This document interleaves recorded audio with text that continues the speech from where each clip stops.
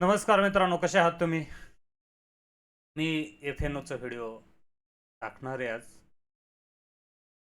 परंतु त्याच्या अगोदर मला असं वाटतं की तुम्हाला प्राइस ॲक्शन काम कशी करते, मार्केटमध्ये तिला रीड कसं केलं जातं, त्याचा मी हा व्हिडिओ बनवण्याचा पहिला प्रयत्न करतो. मी आजपर्यंत मला सांगतो प्राइस ॲक्शन मला चांगली जमते आणि प्राइस ॲक्शनवर आपण चांगले चांगले ट्रेड घेऊ शकतो. प्राइस ॲक्शन जितकी मोठ्या कॅन्डलची असेल, म्हणजे हवरली, 4 हवरली, डे, विकली, तेवढी प्राइस ॲक्शन चांगली काम करते. आणि एफ-एन-ओपेक्षा इक्विटीमध्ये सुद्धा जास्त पैसे आपण बनवू शकतो. असं काही गरज नाही की एफ-एन-ओ करायला पाहिजे, एफ-एन-ओ पैसे झिरो होण्याची शक्यता जास्त असते. परंतु तुम्ही स्विंग ट्रेडिंग व्यवस्थित केली, तुम्ही चांगले स्टॉक निवडले, कन्सॉलिडेशनला निवडले, त्याच्यावर व्यवस्थित बाईंग केली तर चांगले पैसे बनतात. आणि तुम्ही जास्त दिवस प्राइस ॲक्शनला रीड केलं तर चांगले पैसे बनतात, असं पैसे बनत नाही. चला आपण आपल्या व्हिडिओवर जाण्याचा हे बघा, काल मी स्टॉक मार्केट 200 निफ्टीची एक्सपायरी होईल, 200च्या वर एक्सपायरी झाली, ती शेवटच्या क्षणाला पाहायला गेलं ना, एक्सपायरी 3 वाजेपर्यंत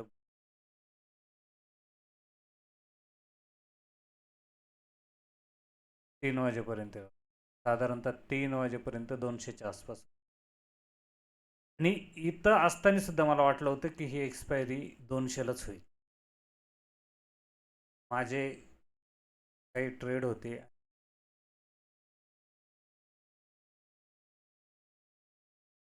बघा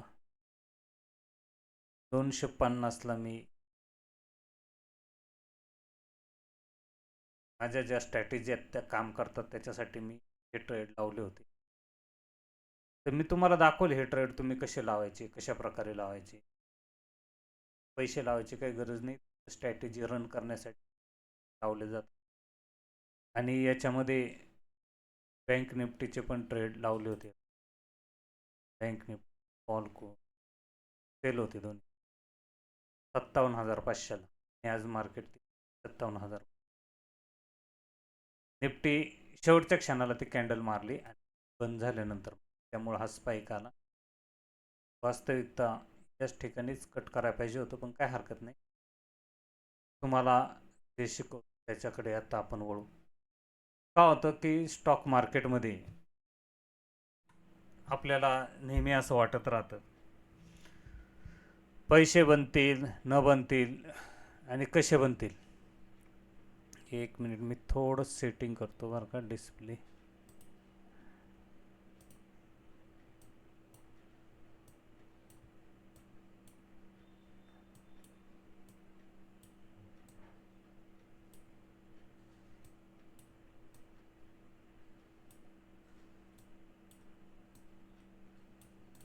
ओके, झालं मला वाटतं. लॉक करू. आपण स्टॉक मार्केटमध्ये चांगल्या प्रकारे ट्रेड मॅनेज करू शकतो स्विंग ट्रेडिंगसाठी इक्विटीमध्ये. आणि तुम्ही लक्षात घ्या, इक्विटीमध्ये जर तुम्ही चांगली स्विंग ट्रेडिंग केली तर तुमचे पैसे चांगल्या प्रकारे बनतात, चांगले बनतात. असं नाही की पैसे बनत नाहीत. म्हणून तुम्ही स्विंग ट्रेडिंगवर भरोसा ठेवा. स्विंग ट्रेडिंग तुम्हाला लॉसमध्ये नेत नाही, परंतु स्विंग ट्रेडिंग बनवताना कोणते रिस्क अँड रिवॉर्ड घेतले पाहिजेत. नेहमी कमीत कमी 3 स्टॉकमध्ये ट्रेडिंग केली पाहिजे, कमीत कमी 3 स्टॉक. म्हणजे एक जर तुम्हाला थोडा जास्त लॉसमध्ये घेऊन गेला तर दुसरा तुम्हाला मॅनेज करेल. दुसरी गोष्ट, एकाच सेक्टरमध्ये तिन्ही स्टॉक नसले पाहिजेत. तिन्ही स्टॉक 3 वेगळ्या सेक्टरचे असले पाहिजेत. तिन्ही 3 वेगळ्या सेक्टरचे असले पाहिजे. तिसरी गोष्ट, ज्याच सेक्टरचे तुम्ही स्टॉक निवडणार आहात तो सेक्टर पडणारा नसला पाहिजे. म्हणजे समजा आय टी पडतोय, मग तुम्ही आय टीचे घेतले, किंवा त्याच्याबरोबर समजा बँक पडायला लागला तर तुम्ही बँकचे घेतले, किंवा ॲटो पडायला लागला ॲटोचे घेतले असं नाही करायचं. एक इक्विटी समजा वर जात असेल तर तिचं पण करायचं आणि एक खाली जात असेल तर तिचं पण करायचं. मॅनेज करताना एकाच याच्या साईडला जाणारे नसले पाहिजेत, तिन्ही वेगवेगळ्या साईडला असले पाहिजेत. दुसरी गोष्ट, जे पण स्टॉक तुम्ही घेणार आहात ते टॉपपासून कमीत कमी 20 मुव्हिंग ॲव्हरेजपर्यंत आले पाहिजे. 20 मुव्हिंग ॲव्हरेज हे बघा तुम्हाला दाखवतो मी डे चार्टवर 20 किंवा 2000 तुम्हाला दाखवतो. हे आपण इथं हे करू,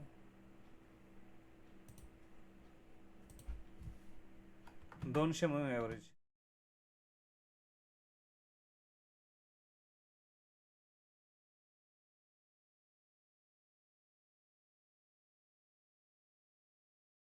खूप आणि हे बघा असं चार्टमध्ये लावताना तुम्हाला असं बॉक्स पण लावता आलं. हा बॉक्समध्ये मार्केट ट्रेड करते बँक निफ्टी. या बॉक्सच्या खाली एक झटका दिला आणि दुसरीच कॅन्डलवर आली. म्हणून कधीही कोणचं बॉक्स लावलं, चॅनल लावला, काही लावलं, काही लावा तुम्ही, तर त्या चॅनलच्या खाली न त्या चॅनलला टच करता 2 कॅन्डल क्लोज व्हायला पाहिजे मार्केटचा ट्रेंड, तेव्हा डाऊन होईल. आता हे बघा याच्या खाली क्लोज झालं चॅनलच्या खाली, पण इथं 200 मुव्हिंग ॲव्हरेज आहे डे चार्टवर. मग लगेच दुसऱ्या दिवशी मार्केटने वर खेचलं आणि परत आपल्या बॉक्समध्ये आलं. मार्केट या ठिकाणी 12 जून पासून ट्रेड करते आणि आता 24 ऑगस्ट आलेला आहे. साधारणतः 1 महिना याला त्याने ब्रेक नाही केलेलं. आणि निफ्टी पण बघा एक चॅनलमध्ये चालू आहे निफ्टी. हे चॅनल तुम्हाला लावता आलं पाहिजे वरच्या जाणाऱ्या चॅनलमध्ये. आणि हा चॅनल बेरीज चॅनल समजतात घ्या. हा एक प्रकारे फ्लॅग चॅनल आहे. म्हणजे मार्केट इथून इथपर्यंत आलेले आणि मग इथपर्यंत जाऊ राहिले. तर हे कसं तुम्ही ओळखाल की मार्केट आता काय करू शकतं, वर जाईल न जाईल. पण याच्यामध्ये स्विंग ट्रेडिंग पण चांगली जमते आणि मार्केट कधीही हे बघा आता याच्यात तुम्हाला मी दाखवतो टार्गेटला. मार्केट इथपर्यंत आलं होतं, त्याचा क्लोन बनवू. मी काय म्हणतो मार्केट खाली जाईल, अजून तर गेलं नाही पर्यंत लावायचं. कुठपर्यंत जाईल, वर येते ते 20,600 येते बघ. जर मार्केट इथनं तुटलं तर इथपर्यंत जाईल आणि मार्केट हा हायर हाय मारू राहिले. त्यामुळे मार्केट अजून सस्टेन आहे. ज्या वेळेस हा हायर हाय तोडेल आणि 23,500च्या खाली मार्केट सस्टेन व्हायला सुरुवात होईल, त्यावेळेस हा जो हायर हाय मारण्याचा जो त्याचा हे तो तुटेल. तोपर्यंत मार्केट बेरिश नाही. पण टार्गेट कुठवर येईल तर मी तुम्हाला सांगतो, ज्या कन्सोलिडेशनवरनं मार्केट खाली आलेलं आहे तेवढंच टार्गेट या टॉपपासून मार्केट खाली देईल. हे तुम्हाला लावता आलं पाहिजे चार्टवर. तर आपण निफ्टी 50चं जाऊ द्या, आपण एखाद्या स्टॉकमध्ये कशा प्रकारे चार्ट लावायचा तुम्हाला मी सांगतो. स्टॉकमध्ये कधीही चार्ट लावताना हवरली, 4 हवरली, डे आणि विकली चार्ट पाहायचा. मध्ये कोणताही चार्ट पाहायचा नाही, त्याला काही अर्थ नाही आहे. तुम्हाला स्विंग ट्रेडिंग करायची. स्विंग ट्रेडिंग करायची असेल तर कमीत कमी लॉंग टर्मसाठी डे आणि विकली, शॉर्ट टर्मसाठी हवरली, 4 हवरली आणि डे, या 3 प्रकारे चार्ट लावायचे. बघा आता तुम्हाला मी पेटीएमचं उदाहरण देते. पेटीएम बघा चार्ट कसा लावायचा.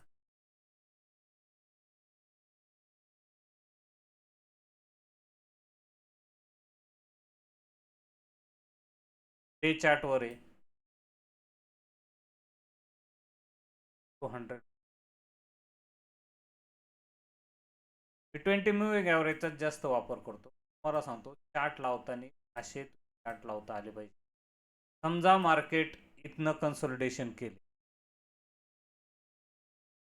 बरंच वेळा आपण काय करतो की ब्रेकआउटला ट्रेड घेतो. इथं ब्रेकआउट झालाय, वर गेला, खाली कन्सोलिडेशन केलं आणि मग वर निघाला. नेहमी मार्केटने जेव्हा ब्रेकआउट देईल, ज्या ठिकाणावरनं ब्रेकआउट देईल लॉंग टर्ममध्ये, तर त्याने परत ज्या ठिकाणी ब्रेकआउट दिलाय तिथं येऊन टच केलं पाहिजे. मग हा जो ब्रेक हा इथं कन्सोलिडेशन केलं इथून आणि इथपर्यंत, याची जेवढी लांबी रुंदी म्हणजे ह्या ठिकाणापासून जेवढे पॉईंट आहेत, जेवढे त्याने पॉईंटचं कन्सोलिडेशन करून ब्रेकआउट केलंय, तेवढ्याच पॉईंटचं वर तो टार्गेट देईल. आता हे टार्गेट पूर्ण झाले, त्याने किती वेळा प्रयत्न केला त्याला वर जाता नाही आलं. बघा किती वेळा प्रयत्न केला, म्हणजे हे टार्गेट त्याने दिलं कधी होतं, साधारणतः इथंच दिलं होतं तसं म्हणलं तर, पण काही हरकत नाही. इथं समजा जर आपण टार्गेट 27 ऑक्टोबरला दिलं होतं आणि त्याच्यानंतर तो कमीत कमी 16 जानेवारीपर्यंत तो त्याच ठिकाणी थांबला, पण त्याला ब्रेकआउट देता नाही आलं. कारण इथं फ्रेश जे बायर आहेत ना ते ऍड नाही झाले. जे एक्झिस्टिंग बायर होते की त्यांनीच इथं कन्सॉलिडेशन करून मार्केटमध्ये आपले जे शेअर आहेत ते ऑफलोड केले, त्याला पडून दिलं नाही मार्केटला. त्याच्यानंतर मार्केटने जिथनं ब्रेकआउट केला होता तिथपर्यंत एकदा येऊन सस्टेन केलं, वर गेलं, परत खाली आलं. हे डायरेक्ट वर जाणारच नाही. हे जेव्हा एकदा ब्रेकआउट देतं तेव्हा एकदा खाली येतच पूर्ण, आणि ह्या ठिकाणी जेव्हा येईल त्यावेळी तुमचा स्टॉप लॉस एकदम मस्त बनतो खालचा इथपर्यंतचा. आणि इथून जेव्हा ह्या ठिकाणी जाईल तर तुम्ही लक्षात ठेवा, या ठिकाणी डायरेक्ट ब्रेकआउट नाही घेणार ते. इथं येईल, खाली येईल, वर जाईल. जर याने डायरेक्ट ब्रेकआउट घेतला असता तर वरून खाली आलं असतं.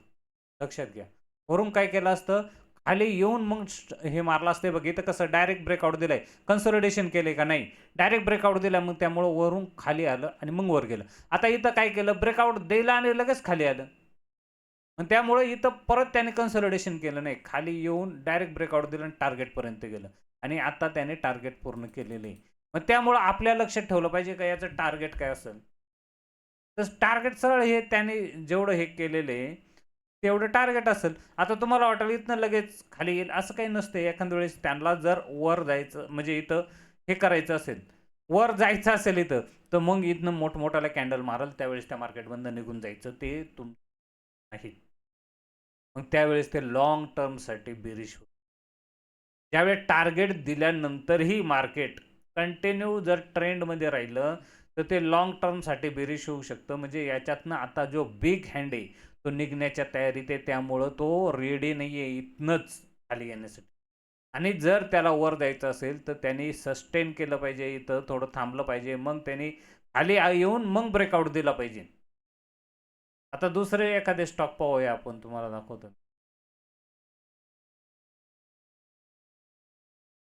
बघा इकडं घेतलं म्हणजे टेन्शन नाही, म्हणजे तुम्हाला दिसेल मी जे दाखवतो ते तुम्हाला व्यवस्थित दिसेल. ओके,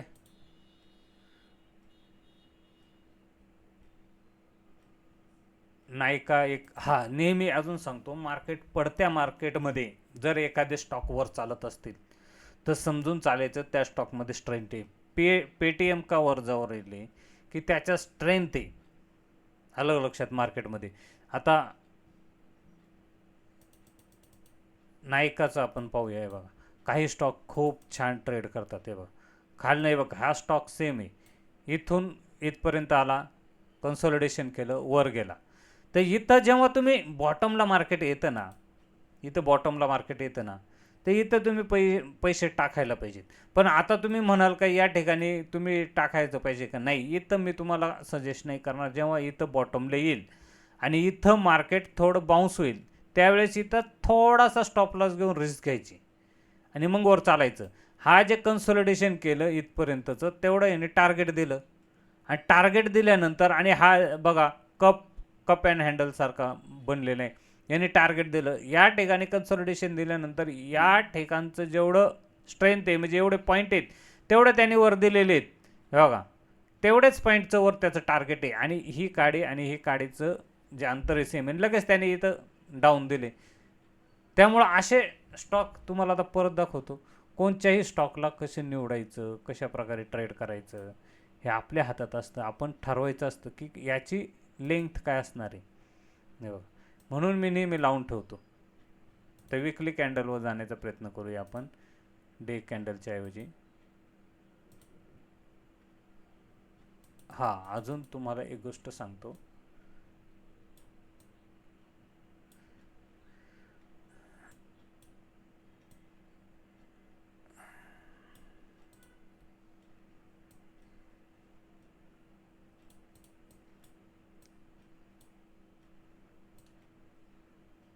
हे बघा, या ठिकाणावरून या ठिकाणापर्यंत हा जो टॉप आहे ना, ह्या टॉपपासून हा बॉटम, याची तुम्ही हे लावायची, हे टॉपपासून हा बॉटम. ओके. आता याला तुम्ही क्लोनमध्ये कन्वर्ट करा आणि ह्या क्लोनची हाईट या बॉटमपासून वर द्या.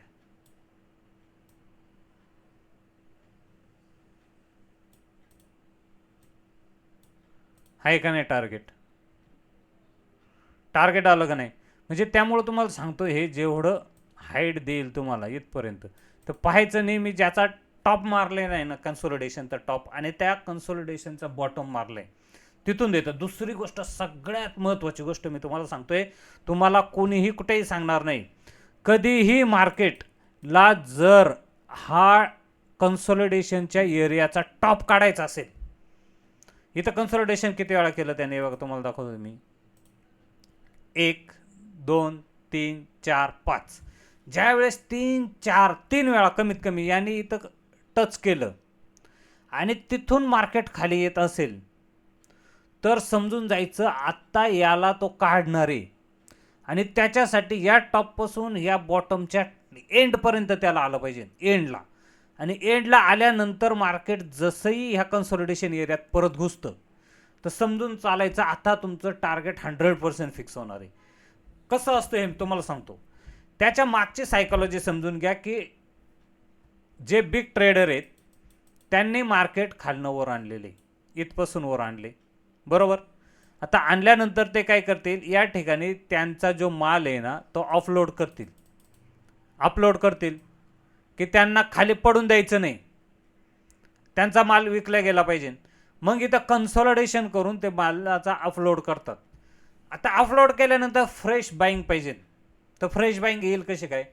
ह्या पूर्ण एरियामध्ये जेवढं कन्सॉलिडेशन केले त्याचा बॉटम मारल्याशिवाय टॉप मारणार नाही. आणि जेव्हा हे कन्सॉलिडेशन कमीत कमी 1 वर्ष ते 6 महिन्याच्या वरचं होतं, 1 महिना आपलं 1 वर्ष ते 6 महिन्याच्या वरचं होतं, 6 महिन्याच्या वर 1 वर्ष, आणि ते जेवढ्या जास्त वर्षाचं असेल ना, तेवढं टार्गेट परफेक्ट मिळतं. आता हे इथं किती आहे, साधारणतः ऑक्टोबर 2021, आणि इथं टार्गेट कधी त्याने इथनं सुरुवात केली, 24, 21 आणि 24, 4 वर्षाचं होतं. म्हणजे 4 वर्षानंतर निघालं. आणि जेव्हा हे ह्या कन्सॉलिडेशनमध्ये जास्त दिवस थांबतं आणि त्याने बॉटम जेव्हा त्याने पकडतो, त्यावेळेस ते टार्गेट 100% देतं. त्यामुळे अशा कंडिशनमध्ये जेव्हा ते बॉटमला मार्केट येतं आणि बॉटमला आल्यानंतर एक कॅन्डल त्यांनी मारली पाहिजे चांगली, बरं का, त्याच्यानंतर मार्केट एकदम परफेक्ट निघतं. इतकं परफेक्ट निघतं ना, की याच्यानंतर टार्गेट तुम्हाला मिळणारच 100%. अजून काही गोष्टी अशा आहेत की कसं कळणार तुम्हाला की ह्या मार्केटमध्ये जी प्राईज आहे तो बिग हँड आहे, त्या बिग हँडने या मार्केटच्या प्राईजला थांबवलेले, हे कसं कळणार? तर तुम्हाला त्याच्यासाठी काही गोष्टी मी सांगतो. हे बघा, हा हाय मारला आणि हा मोठ्या कॅन्डलने हाय मारलाय.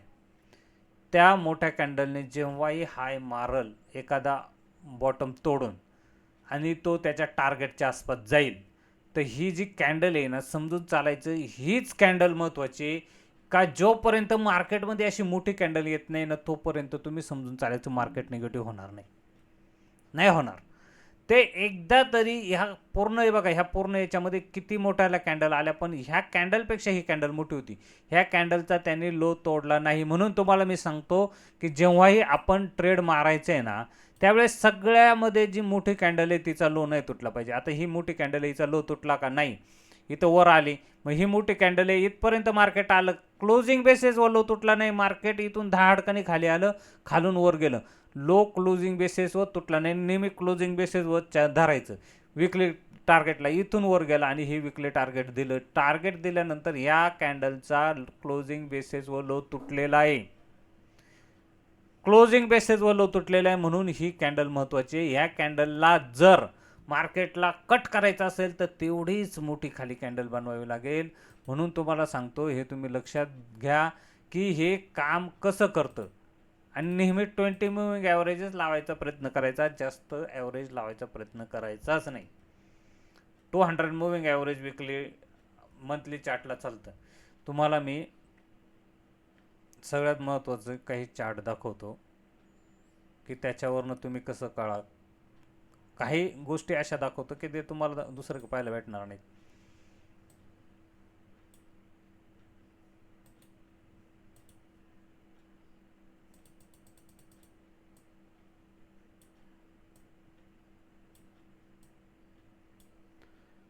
याच्यात पण नाही आहे रिलायन्समध्ये. कोणत्या बँकेमध्ये? इंडसइंड बँकमध्ये. ओके.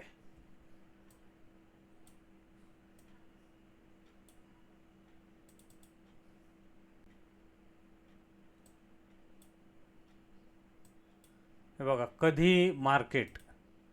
कधीही मार्केट जेव्हा पडायला सुरुवात होतं एकदम क्विक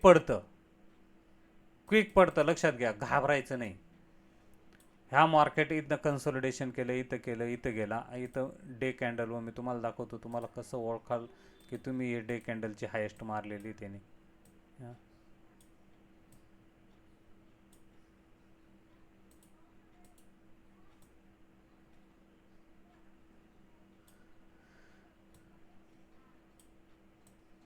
हां, हे बघा, ही कॅन्डल जेव्हा बनते,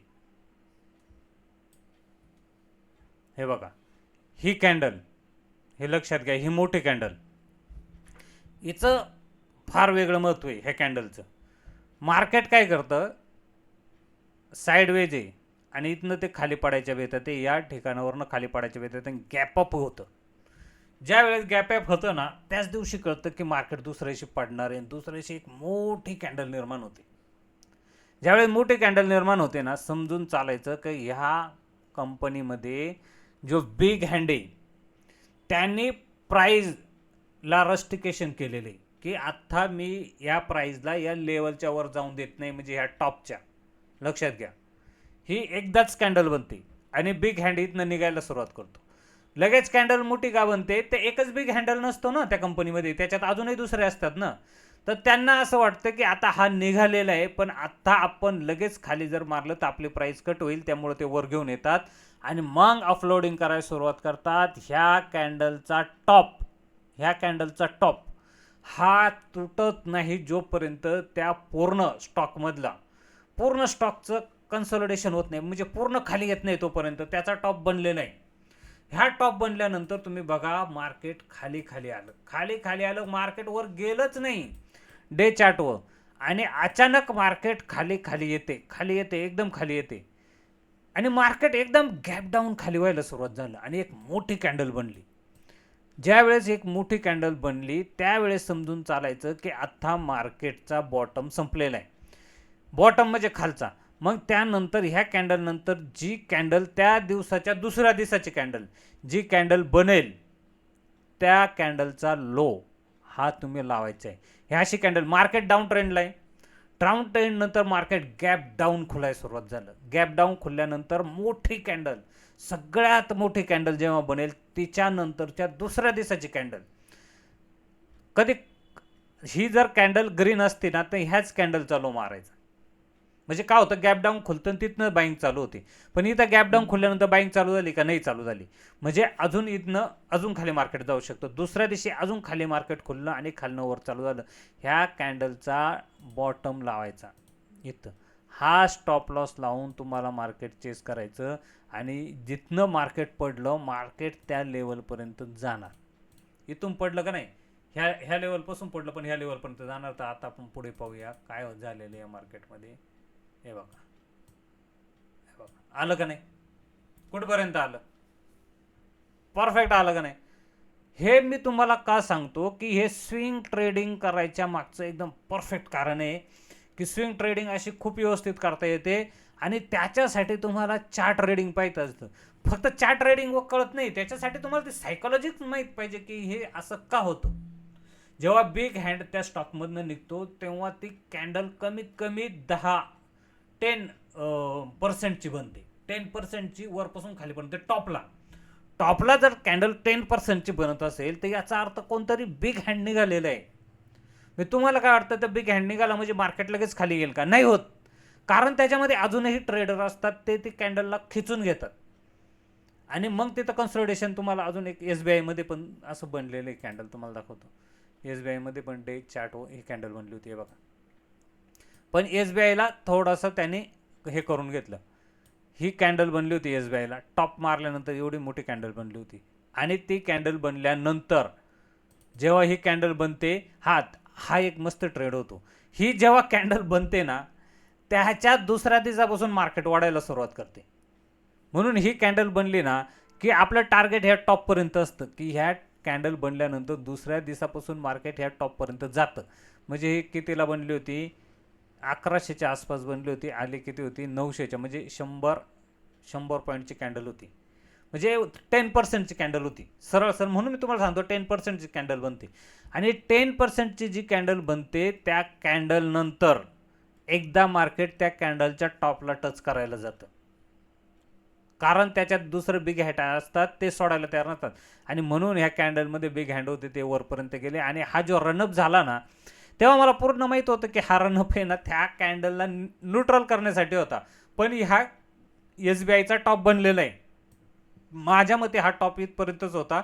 आणि त्याच्यानंतर खालीपर्यंत जो खालचा कन्सोलिडेशन एरिया असतो तिथपर्यंत मार्केट येतं. आणि हे आल्यानंतर मग मार्केट जेव्हा निघतं, तेव्हा जिथनं ते तुटलेलं असतं तिथपर्यंत जातं. हे वर जो गेलेला हा टॉप आहे, हा थोडा एक्सट्रेंड झाला होता. दुसरे काही गोष्टी असतील त्याच्यामुळं पण होतो बरं का. अशा कॅन्डल खूप मस्त काम करतात. म्हणून तुम्हाला सांगतो, ह्या कॅन्डलवर खूप बारकाईनं लक्ष द्यायचं. ह्या इतक्या मस्त काम करतात ना, हे बघा का नाही. आता तुम्हाला मी तीच गोष्ट सांगतो. इथं मार्केट हे बघा, हे काय, मार्केट वर खाली आलं, वर गेलं, खाली आलं, आणि इथं एकदम डाऊन झालं. आता हे कितीवरनं गेलं? 400, समजा इथून 424वरनं कितीला आलं होतं मार्केट? 392. म्हणजे हे पण 10% आहे साधारणतः इथून इथपर्यंत. आणि त्याच्यानंतरची जी कॅन्डल आहे ना, त्या कॅन्डलचा जो लो आहे, हा लो स्टॉप लॉस असला म्हणजे इथून मार्केटला वाढायचं. त्या दिवसानंतर दुसऱ्या दिवसाचा जर ह्या दिवसाचीच कॅन्डल ग्रीन बनली असती, तर मग आपण ह्याच कॅन्डलमध्ये घुसलो असतो. त्याच्यानंतर दुसऱ्या दिवसाची कॅन्डल बनली. आता तुम्ही म्हणे ही कॅन्डल तशी नाही, ही कॅन्डल खाली आली, पण ही क्लोजिंग बेसिसवर खाली नव्हती आली. लक्षात घ्या, क्लोजिंग बेसिसवर आली होती का? नव्हती आली. म्हणून ह्या कॅन्डलचा स्टॉप लॉस, आणि हिला जर स्टॉप लॉस तोडणारा असेल तर तो क्लोजिंग बेसिसवर तोडणारा पाहिजे. हे बघ, ह्या कॅन्डलने तोडला नाही, ह्या कॅन्डल पण आली, तिनं पण तोडला नाही, दुसऱ्या दिवशी वर गेलं. आणि नंतर इथं कन्सोलिडेशन झालं, इथं टार्गेट आलं, इथं कन्सोलिडेशन झालं, आणि जिथनं तुटला तिथपर्यंत मार्केट जाते. हे बघा इथपर्यंत. म्हणजे तुम्ही या ठिकाणावरनं पकडला 380वरनं, तर हे किती? 400, म्हणजे 50 रुपयाचा हा टार्गेट आहे बरं का. जातच तिथपर्यंत. हे टार्गेट जेव्हा देतं ना ह्या टॉपपर्यंत, त्याच्यानंतरच मार्केट खाली येऊ शकते. बघा, हे टार्गेट दिल्यानंतरच त्याला परत दोनदा त्याने प्रयत्न केला, जाता नाही आलं, मग मार्केट खाली गेलं.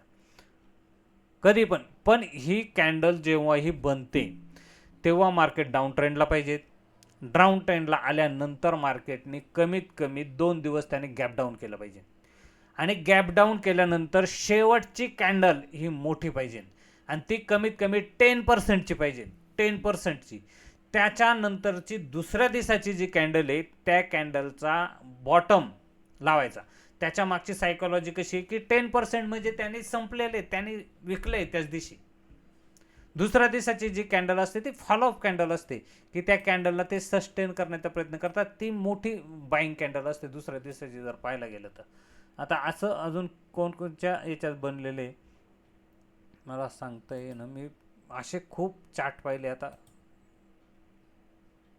हे आता आपला टार्गेट येत नाही, बॉटमला आहे, त्यामुळं हे असं बनलेलं दिसत नाही. आणि हे प्राइस ॲक्शन नेहमी लक्षात ठेवायच्या. हे बघा, हा इथपासून इथपर्यंत समजा मारलेला आहे ना, ते याच्यावर लक्षात ठेवायचे. बघा इथं आणि इथं, आणि ह्या कन्सोलिडेशनला जाऊन खाली आले मार्केट. लक्षात घ्या, या ठिकाणचा ज्या 2-3 कॅन्डल बनतात धापधाप, आणि त्याचा जो बॉटम आहे ना, या बॉटमच्या आसपास मार्केट आलं तर बाय करायचं. ह्या टार्गेटपर्यंत ते जाणार, तसं एकदम खाली येणार नाही. इथं बनलेलं नाही, याचं कन्सोलिडेशन खूप दिवसाचं झाले. लक्षात घेतलं पाहिजे, मार्केट कधीही खाली येत नाही. निफ्टीमध्ये तुम्हाला मी दाखवतो अजून एक गोष्ट. बरंच अंशी माणसांना कळत नाही की मार्केटमध्ये मुवमेंट कधी चालू होते.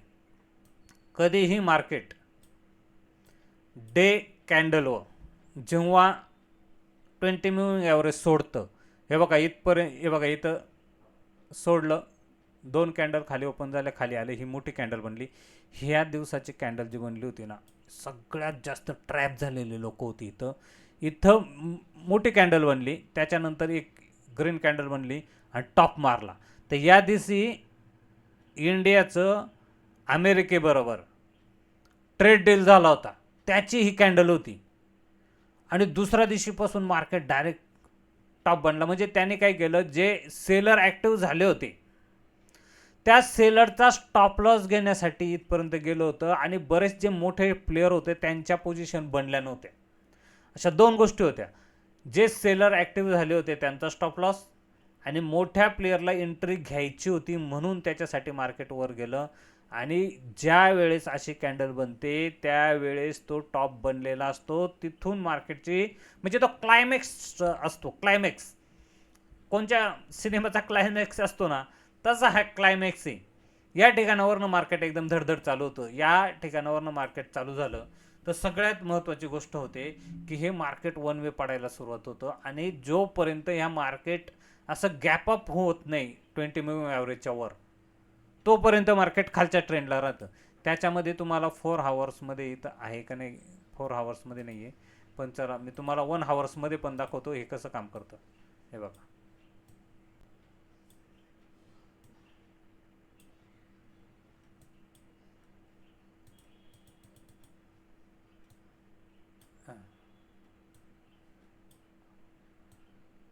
इथपासून मार्केट पडत इथवर आले, फर्स्ट बाउन्स आला. तर फर्स्ट बाउन्स येईल तेव्हा बाय नाही करायचं, तो बाउन्स न्यूट्रल होऊन द्यायचा. आणि जेव्हा 20 मूव्हिंग ॲव्हरेजच्या खाली येतो त्याच्यानंतर हे 20 मूव्हिंग ॲव्हरेजला इथं जरी आलं ना, का ते 20 मूव्हिंग ॲव्हरेजला पकडूनच धरतं. हे खाली आलं तरी त्या दिवशी ते वर जातं, खाली आलं तर त्या दिवशी ते वर जातं. ते त्या दिवशी समजायचं की आता हा ट्रेंड थोडा हे झालेला आहे. हे बघा इथपर्यंत खाली आलं, परत इथं त्याचा मागचं काढतं कसं आहे लक्षात घ्या. ही कॅन्डल का बनणं गरजेचं असतं, तर जे सेलर आहेत ना ते आपले प्रॉफिट बुक करतात. आणि ते प्रॉफिट बुक केल्यामुळं मार्केट 20 मूव्हिंग ॲव्हरेजच्या वर जातं. म्हणजे याचा अर्थ लगेच वर जाणार आहे का, नाही. तिथपासून ते मार्केटचा स्ट्रेंथ, म्हणजे त्यांनी प्रॉफिट बुक केलेले, आता त्यांना फ्रेश क्वांटिटी बनवायची, त्याच्यासाठी ते खाली येतं. हे 4 हावर्सला लय मस्त काम करतं. याच्यात 4 हावर कॅन्डल येत नाही, नाही येते याच्यामध्ये. वन डे कॅन्डलमध्येच आपण पाहूया. त्यामुळे ही जी कॅन्डल आहे ना ही परफेक्ट बनते. ह्या एकदा का मार्केट डाऊन ट्रेंडला चालू आहे, कंटिन्यू डाऊन ट्रेंडला झाले, आणि ज्या वेळेस ते मार्केट 20 मूव्हिंग ॲव्हरेजच्या वर गॅपअप, ते नेहमी गॅपअप देते, कन्सोलिडेशन करून येत नाही आहे. ते मी आजपर्यंत जेवढं पण पाहिलं ते कन्सोलिडेशन करून येत नाही, ते गॅपअप येतं. आणि गॅपअप दिल्यानंतर त्याचा एकदा हे 20 मूव्हिंग ॲव्हरेजच्या आसपासचा जो खालचा गॅपअप आहे ना ते फिल करायला येतं. इथून डायरेक्ट वर जाणार नाही, फिल करायला येतं. आणि हा जो फिल केलेला गॅपअप आहे ना त्याच्यानंतर मार्केट पडत नाही. कारण जी मार्केटमध्ये 2 प्रकारचे करेक्शन असतात, 2 प्रकारचे नेहमी करेक्शन असतात. एक प्राइस करेक्शन, एक टाइम करेक्शन. आणि ही प्राइस करेक्शन असते.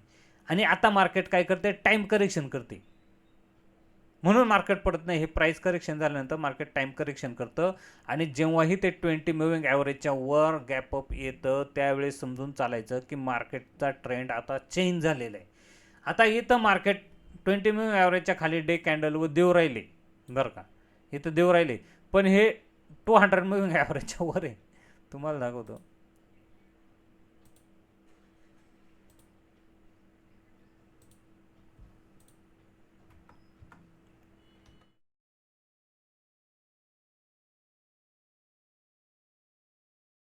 200 मूव्हिंग ॲव्हरेजच्या जोपर्यंत खाली वर नाही, खाली बँक निफ्टीवर, जोपर्यंत 200 मूव्हिंग ॲव्हरेजच्या वर मार्केट जात नाही तोपर्यंत डे डे चार्टच्या, तोपर्यंत मार्केट अप ट्रेंडला जातच नाही. हे वर जाईल पण खालीच येईल. कारण काय, त्याचा लॉंग टर्म जो ॲव्हरेज आहे तो खाली, आणि शॉर्ट टर्म ॲव्हरेज हा डे कॅन्डल हा वर चाललाय. नेहमी लक्षात ठेवायचं, हा जो स्विंग आहे ना तो एकदा खाली खाली येत असेल ना तर मार्केट किती वर ओपन हो, तो खाली येतोय ना ते खालीच येणार. जोपर्यंत तो स्विंग वर जात नाही, डे कॅन्डल हा स्विंग असा बनला ना, त्यावेळेस ते वर जायला सुरुवात करतं आणि हा बनण्यासाठी त्याला गॅप अपच एंट्री द्यावी लागते. नाही तर एवढ्या सेल पोझिशनमध्ये, एवढ्या प्रेशरमध्ये ते वर जात नाहीये. म्हणून त्याला हा स्विंग बनावा लागतो. आणि जोपर्यंत मार्केट या 200 मूव्हिंग ॲव्हरेजच्या वर जाणार नाही, तोपर्यंत मार्केट वर जाणार नाही. हे बघा, तुम्हाला बँक निफ्टी त्यामुळे सांगितलं 2 मूव्हिंग ॲव्हरेजच्या आसपास आहे. कारण काय आहे, निफ्टी 2 मूव्हिंग ॲव्हरेजच्या खाली आहे. मग बँक निफ्टी त्याच्या आसपासच खेळू राहिले, की त्याचं मत आहे की तू पण वर ये, तेव्हा माझ्यामध्ये स्ट्रेंथ येईल. पण माझं असं मत आहे की एकदा हा फ्लॅग मारलेला आहे आणि एकदा हा खाली येईल. एवढ्या दिवशी कन्सोलिडेशन केल्यानंतर भविष्यात पाहू काय होईल. मी तुम्हाला अजून वेगवेगळे टेक्निक्स सांगेल, पण मला याच्यासाठी तुम्हाला दाखवायचं होतं की इक्विटीमध्ये स्विंग ट्रेडिंग करून तुम्ही पैसे कमवू शकता. असं नाही की स्विंग ट्रेडिंग करता येत नाही. स्विंग ट्रेडिंग हा सगळ्यात महत्त्वाचा गोष्टी आहे. स्टॉक मार्केटमध्ये एफ-एन-ओमध्ये जर तुम्हाला ट्रेड करायचं असेल तर स्विंग ट्रेडिंग सगळ्यात महत्त्वाचं आहे. आणि या ठिकाणचा हा जो टार्गेट याने मला वाटत नाही का HDFC बँक इथपर्यंत यायला पाहिजे. तो या ठिकाणावर हा हे बघा, HDFC बँक दाखवतो, ते अशी कॅन्डल बनली होती.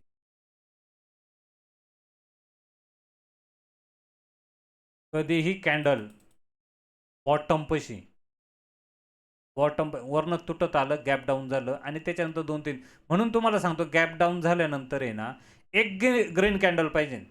या ठिकाणी ती हे पूर्ण नाही झाले आणि ही ग्रीन कॅन्डल आली आणि ती ग्रीन कॅन्डल अशी पाहिजे की जिथं ओपन होईल तिथूनच बाईंग चालू होती आणि त्या ग्रीन कॅन्डलचा क्लोजिंग बेसिसवर दुसऱ्या कॅन्डलने तो तोडला पाहिजे.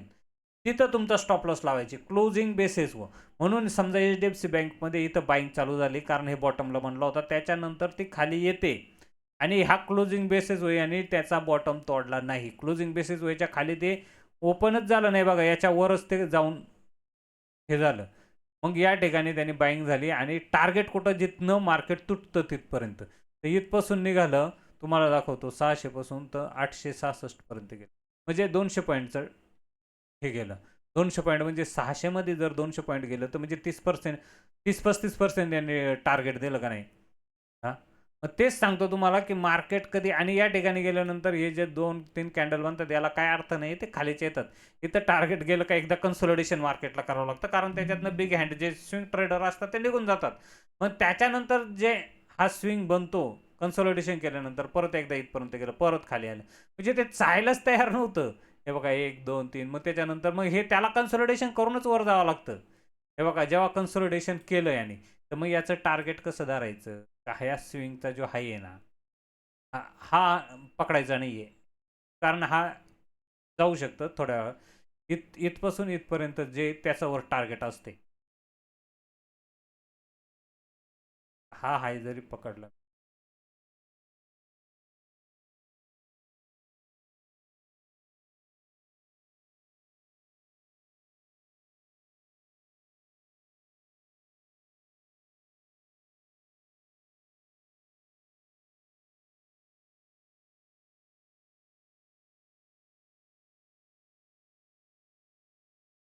हे बघा नाही दिलं का नाही टार्गेट, त्यामुळं जो हाय आहे ना, हा हाय पकडायचा असतो.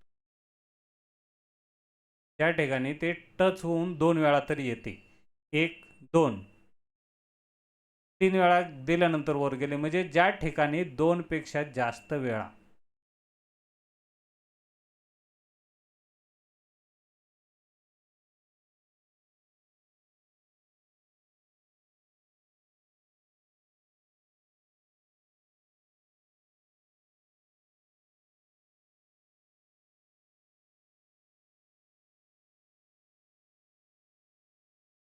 हे बघा, हे टार्गेट दिलं बरोबर, टार्गेटच्या वर थोडा वेळ म्हणजे थोडे दिवस काढले, पण ते त्याच्यापासून खाली झालं. ज्या वेळेस स्विंग कोणचा पकडायचा,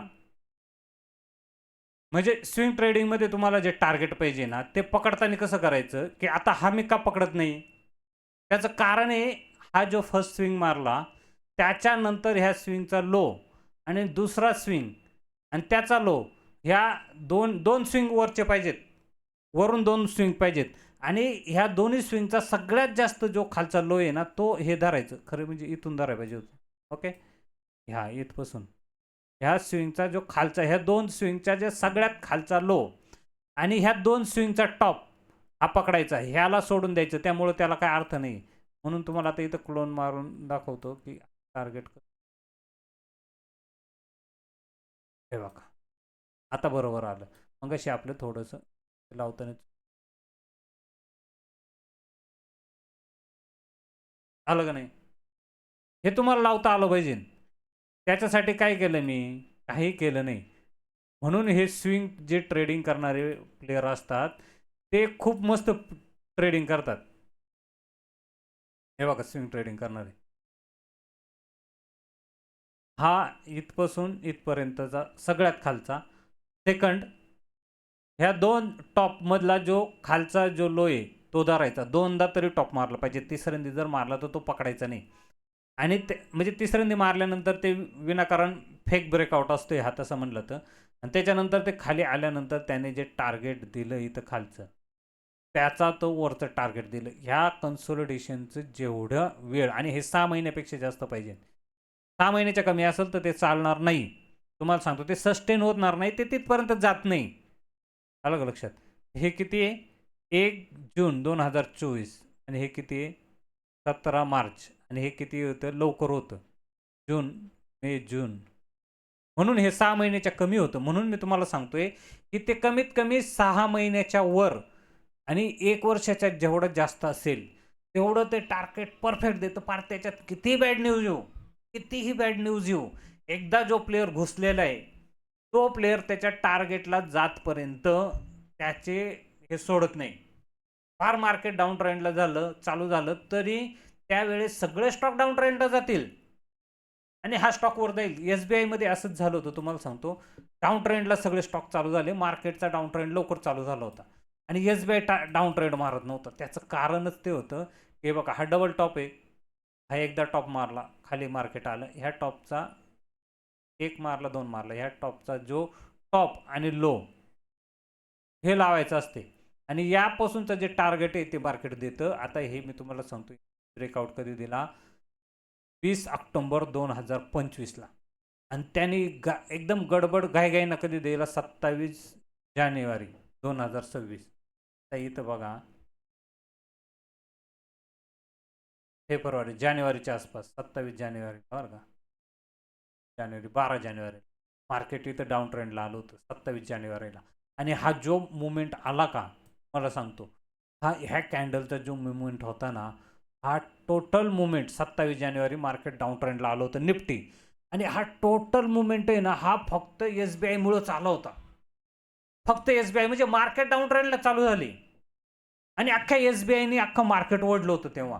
त्याचं कारण होतं की एसबीआयचं टार्गेट आलं नव्हतं आणि एसबीआय मध्ये टार्गेट आलं पाहिजे. कोणतेही स्टॉक, सगळ्या स्टॉक मधले जे बायर घुसलेले ते त्यांचा एक्झिट केल्याशिवाय मार्केट पडून देणार नाही म्हणजे नाही. आणि दुसरे स्टॉक तोपर्यंत निगेटिव्ह झाले होते. एचडीएफसी बँक वगैरे, आयसीआयसी बँक, आयसीआयसी नव्हतं आलं, एचडीएफसी, बाकी सगळ्या बँका निगेटिव्ह झाल्या आणि एसबीआयचा त्यावेळेस रिझल्ट आला आणि एसबीआयनं जे वाढायला सुरुवात केली की मार्केट आता सगळ्यांना, मला तर वाटलं होतं याच ठिकाणी ते निगेटिव्ह होईल. पण ते तरी हा एक दिवसाचा मुवमेंट जो आला ना, तो एसबीआय साठी खास होता. एसबीआयने त्यावेळेस मार्केटमध्ये पूर्ण खेचूनच घेतलं आणि ज्यावेळेस मार्केट निगेटिव्ह आहे आणि एक स्टॉक वर जातोय, त्यावेळेस समजून चालायचं की हा स्टॉक पडणार नाही. सगळे निवडलं तरी हा स्टॉक पडणार नाही, हा खिचून नेईल मार्केटला. म्हणून तुम्हाला सांगतो, जो पण तुम्ही टॉप लावणार आहेत, आता समजा मार्केटला वरचं टार्गेट द्यायचं असेल तर हा एक टॉप, हा बॉटम, हा टॉप, हा बॉटम आणि ह्या दोघांचं कन्सोलिडेशन तेवढंच वर टार्गेट देईल. अलग लक्षात, तेवढं वर टार्गेट. त्याचा क्लोन मी लावून ठेवतो, मला सांग. जेव्हा मार्केट ब्रेकआउट देईल तेव्हा निफ्टीचं टार्गेट काय असतं? बँक निफ्टी टार्गेट किती? निफ्टीचं टार्गेट किती असेल? 30,500. म्हणजे इथं ब्रेकआउट दिलं ना, 30,500 पर्यंत बिंदास बिंदास चालायचं. कितीही प्रॉब्लेम येऊ, कितीही प्रॉब्लेम येऊ, मार्केट खाली पडणार नाही. कारण त्यांनी 6 महिने ते 1 वर्षाचा काळ पूर्ण केलेला आहे. 30 सप्टेंबर 24 आणि हे 2 वर्ष पूर्ण झालेत. आणि मग मार्केटमध्ये अख्खं वर्ल्ड मार्केट जरी निगेटिव्ह आलं ना, तरी हे वर जाईल. कारण त्याने ब्रेकआउट दिलेला आहे. आणि त्याचा जो काळ आहे, जो 6 महिने तर कमीत कमी 2 वर्षाचा पाहिजे. तो 18 महिन्यांचा असतोय. 6 महिने ते 18 महिन्यांचा हा काळ असतो. या काळाचं जे कन्सोलिडेशन असतं, त्या कन्सोलिडेशनचा जो ब्रेकआउट मिळतो, तो त्या कन्सोलिडेशनचा टॉप मारतो. दुसरी गोष्ट, त्याला 2 तरी टॉप पाहिजेत त्या कन्सोलिडेशनला. 2 टॉप पाहिजेत तरच ते कन्सोलिडेशन ग्राह्य धरलं जातं, अन्यथा नाही. त्या कन्सोलिडेशनला दोनदा तरी त्यांनी ट्राय केला पाहिजे आपला टॉप काढायचा. 2दा तरी ट्राय केला पाहिजे आणि ते दोन्ही वेळा फेल झालं पाहिजे. 2दा फर्स्टला ट्राय केला, मार्केट निगेटिव्ह आलं. दुसऱ्यांदा ट्राय केला, मार्केट निगेटिव्ह आलं. त्यावेळेस त्या दोन्ही कन्सोलिडेशनचा टॉप आणि दोन्ही कन्सोलिडेशनचा बॉटम म्हणजे खालचा, ह्या दोघांची रेंज जी बनल, त्या रेंजचा ब्रेकआउट जेव्हा होईल आणि त्याला कालावधी 2 महिन्यापासून पुढे आणि कमीत कमी 18 महिन्याचा, कमीत कमी 6 महिने ते 18 महिन्याचा, सॉरी 2 महिने म्हणलो, 6 महिने ते 18 महिन्याचा. आणि जेवढ्या जास्त दिवसाचा हा कालावधी असेल, त्यावेळेस जेव्हा ते टॉप मारेल, म्हणजे बॉटम हे करेल, ते ब्रेकआउट देईल, तर ते टार्गेट देईल. आणि ते टार्गेट किती असेल ते मी तुम्हाला सांगितले. लक्षात घ्या, हा जर त्याने मारलेला कन्सोलिडेशन केल्याचा टाइम आहे, हा 4 वर्षापेक्षा जास्त असेल, तर ते त्या टार्गेटपेक्षा जास्त वर जाईल, तिथं थांबणार नाही. हा तिथनं खाली येईल, पण ते तिथूनही वर जाईल, कारण त्याचा 4 वर्षाचा पूर्ण काळ गेलेला आहे. 4 वर्षामध्ये त्या प्राईसची रेटिंग होती त्या स्टॉकची, असं लक्षात घ्या. तुम्हाला अजूनही मी दुसऱ्या पण गोष्टी सांगेल. हा व्हिडिओ जास्त मोठा होईल, तुम्ही बोर होशाल. संपवतो तरी हा बराच मोठा व्हिडिओ झाला. पण मी तुम्हाला आज प्राइस ॲक्शनमध्ये अजून काय काय इक्विटीमध्ये हे काम करतं. इक्विटीमध्ये लक्षात घ्या, कॅशमध्ये, एफ-एन-ओमध्ये पण असंच काम करतं. पण कॅश एफ-एन-ओमध्ये काय करतो आपण, विकली बघतो ना, मंथली विकली. पण कॅशमध्ये कसं असतं की नेहमी मार्केटला असं बॉटमला पकडायचं की ज्या ठिकाणी त्याने 2दा टॉप मारून ते खाली आलेले, कन्सोलिडेशन केले.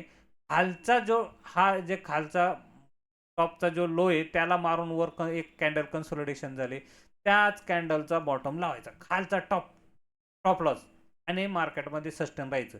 जर याच्या खाली मार्केट निघालं, स्टॉप लॉस एक्झिट करायचं. स्टॉप लॉस एक्झिट नाही म्हणजे प्राइस एक्झिट करायची, टेन्शन नाही घ्यायचं. तिथून खाली किती जाऊ, परत त्याने त्या बॉक्समध्ये एंट्री केली, तर त्या बॉक्सच्या एंट्री करणारी जी कॅन्डल आहे, त्या कॅन्डलचा लो लावायचा. म्हणून तुम्हाला सांगतो, बँक निफ्टी मला का सांगितलं बघा, इथं डे कॅन्डल व कसे, हे कन्सोलिडेशन आहे बरोबर. याने काय केलं, फर्स्ट टॉप मारला, सेकंड टॉप मारला. फर्स्ट टॉप आणि सेकंड टॉपचा बॉटम कुठं होता, हा आहे बरोबर का नाही. मग ह्या बॉटमच्या खाली कॅन्डल ही क्लोज झाली, त्याच्यानंतर ही क्लोज झाली. ही पूर्ण क्लोज नाही झाली, त्याला चिटकून राहिली, त्याच्या खाली 2 कॅन्डल पाहिजेत. ही क्लोज झाली आणि ही कॅन्डल आत आली. ही कॅन्डल जेव्हा आत येईल ह्या बॉक्सच्या, तर ह्या कॅन्डलचा लो हाच तुमचा स्टॉप लॉस. आणि मग ह्या कॅन्डलचं जेवढं कन्सोलिडेशन आहे ना टोटल, या ठिकाणापासून या ठिकाणापर्यंत, या ठिकाणापासून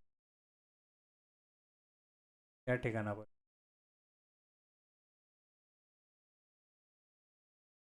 हे तुमचं टार्गेट असलं पाहिजे लोन.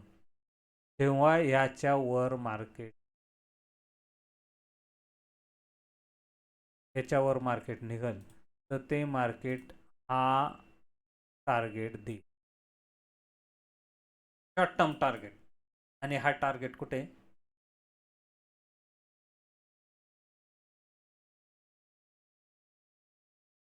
तर मी त्यासाठी तुम्हाला सांगतो की हे मार्केट कसं काम करतं, त्याच्यामध्ये ही बॉक्स थेअरी कशी काम करते, हे मी तुम्हाला जे सांगितलं. Breakout, double top double bottom, double top double bottom, त्याचं टार्गेट तुम्ही कसं घ्याल, तो कन्सोलिडेशन झालेला एरियाचं टार्गेट राहतं. जेव्हा ह्या बॉक्सच्या बाहेर मार्केट निघेल, तेव्हा बिंदास या ठिकाणापर्यंत मार्केट जाईल, थांबणार नाही, ते खूप वेळात जाईल. जेवढं जास्त कन्सॉलिडेशन तेवढं टार्गेट फिक्स. अलग लक्षात. ओके, चला हा व्हिडिओ इथं संपू, कारण पुढच्या व्हिडिओला आपण तर पाहूया. मला पण थोडं बाहेर जायचे. Okay, thank you, take care, bye bye. हा व्हिडिओ पहा, मला प्राइस ॲक्शन कशी काम करते मी माझ्या ज्या एक्सपिरियन्समधनं शिकलोय ते मी तुम्हाला सांगतोय. Okay, bye bye.